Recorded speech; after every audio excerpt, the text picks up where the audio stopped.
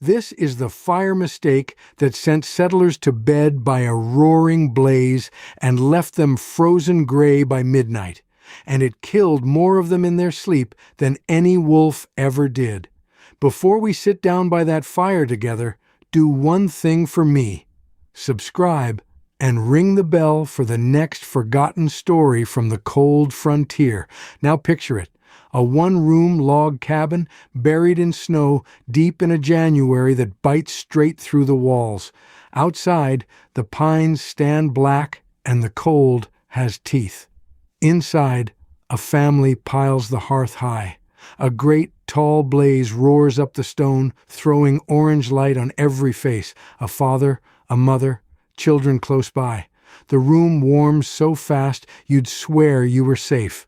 They go to bed, proud of that fire, proud of how big it burned, how hot it threw, how the whole cabin glowed with it.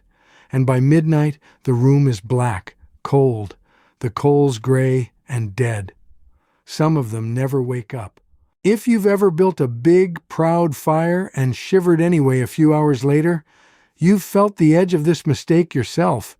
You just didn't know it had a name or a body count. Here it is, plain. The mistake was trusting the flame you can see instead of the heat you can't. That's the whole of it. Those settlers looked at the tall, dancing flames and read them as warmth in the bank. But a flame isn't heat you're keeping. A flame is heat leaving. Here's the first hard truth the old-timers paid for in dead men. A tall, bright fire is a hungry fire. Those leaping flames you love to watch? That's your wood turning to smoke and racing straight up the chimney throat. Not sinking into the room, not soaking into the stone. Every bright tongue of fire licking up the flue is warmth you'll never get back. The prettier it dances, the faster it's eating. So the fire that looks the safest is the one betraying you quietest. The showiest fire is the one that dies first. It burns loud, it burns proud, and it leaves you nothing but ash and a cold gray mound while you sleep. Keep that picture in your mind, the flame you can see and the heat you can't, because everything tonight turns on the difference. That's the line between waking up rested and not waking up at all. But the flame was only half of it. Only half the reason those coals were gray and dead by midnight. Because those settlers didn't just build the fire wrong, they fed it wrong. They piled on the pretty, resinous softwood that catches quick, crackles loud, and flatters a man right at bedtime. And there's a wood that carries you to dawn, and a wood that quits on you by 10 o'clock. Most of them never knew the difference. Most of them never got the chance to learn it. The difference is everything. Pine, spruce, fir, the resinous softwoods a tired man grabs because they light on the first match and roar right up. And oh, they're pretty. They catch quick, they crackle loud, they throw a wall of heat while you're pulling off your boots. Gone by 10 o'clock. You wake at midnight and the room's already turning cold. But there's a worse thing those softwoods do, and it's a quiet one. All that sap, all that pitch doesn't just burn. It rises as smoke and coats the inside of the chimney, layer on layer, night after night, gumming the flue with creosote, a black, tarry crust building up in the dark where nobody looks. Plenty, a cabin that survived the cold burned to the ground come spring, because that hidden crust caught fire in the chimney one dry night. And listen, if you're the sort who's ever thrown pine on just because it lights easy, no shame in it. Every green settler did the exact same thing. Stay with me, because here's what the old trappers reached for instead. They went the other way entirely. Dense, well-seasoned hardwood. Oak, hickory, hard maple, ash. And the toughest of the lot, hornbeam, the wood the mountain men called ironwood, so heavy and hard it'd blunt an axe and near sink in water. Say those names to yourself: oak, hickory, ironwood. That's the sound of a fire that lasts. Now here's the part that trips a young man up. That hardwood is stubborn. It's slow to catch. It won't blaze up and dazzle you at bedtime. It sits there and sulks and makes you work for it. And that grudging, tight-grained refusal to burn fast, is the whole reason it saves your life, because wood that won't rush doesn't waste itself on flame.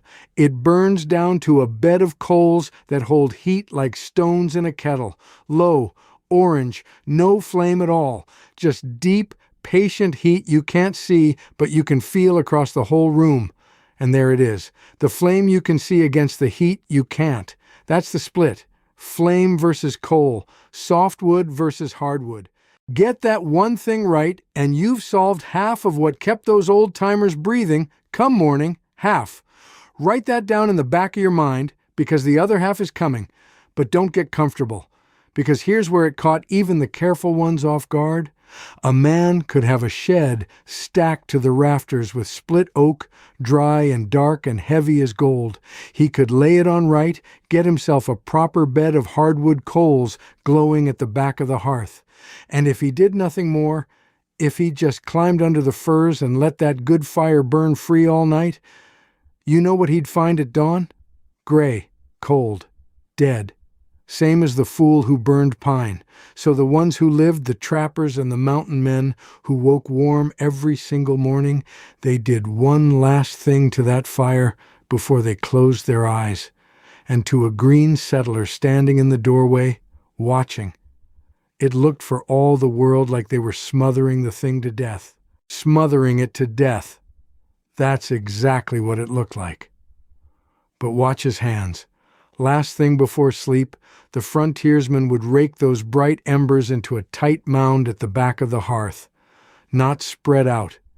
Pulled in close, all that live orange gathered into one glowing heart against the cold stone. Then he'd set a big, unsplit backlog behind them. One heavy round of oak, bark still on, too fat to catch quick. And then, the part that stops a green settler's breath, he'd take the shovel, reach down into the cold gray at the edge of the hearth, and lay a blanket of its own ash right over the top of those live coals, burying them, choking them down until you couldn't see a single flame. To the newcomer, that's murder. It's the opposite. That's how you bank the fire so it lived through the night. Here's why it works, plain as I can tell it. Fire needs air. Those leaping flames you loved at bedtime were just the fire breathing hard and eating fast. Cover the coals in ash and you starve them. You take their air down to almost nothing. So instead of racing through the night's wood in 3 hours, the fire drops to a slow smolder, barely breathing under there, throwing steady, patient warmth for hours on end. A bed of hardwood coals that holds heat like stones in a kettle, and the ash is the lid on that kettle. This right here, is the trick that carried them to sunrise. If nobody ever taught you this, you're not alone.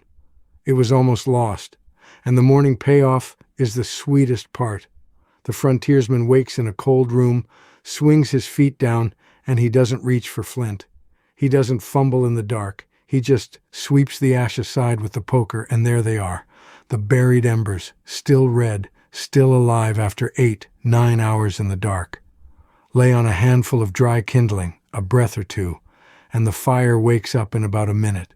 No flint, no fuss, same coals he went to sleep on. Now they leaned on a few small habits alongside the banking. Before bed, a man would set a flat river stone or a plain brick down in the coals to soak up heat, then wrap it in an old cloth and tuck it at the foot of the rope frame bed, a warm stone against your feet till morning. He'd close the chimney damper down to a crack so that Flu couldn't sit there all night, sucking the room's warmth straight up and out. And he kept the woodpile dry and split ahead of the storm, because you don't want to be splitting frozen oak by lantern light when the blizzard's already on you. None of it was magic. It was one hard truth the old-timers learned in blood. Heat lives in coals and mass, not in flames. The flame is the show. The coal is the warmth.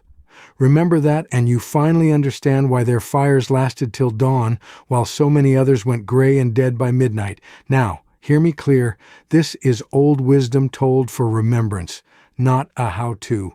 Mind your modern chimney rules, and never sleep beside an open flame. Next time you damp a fire down for the night, think of that ash blanket, and the settlers that kept breathing till dawn. Heat lives in the coals. Stay by the fire with me a while longer. There's another forgotten story coming.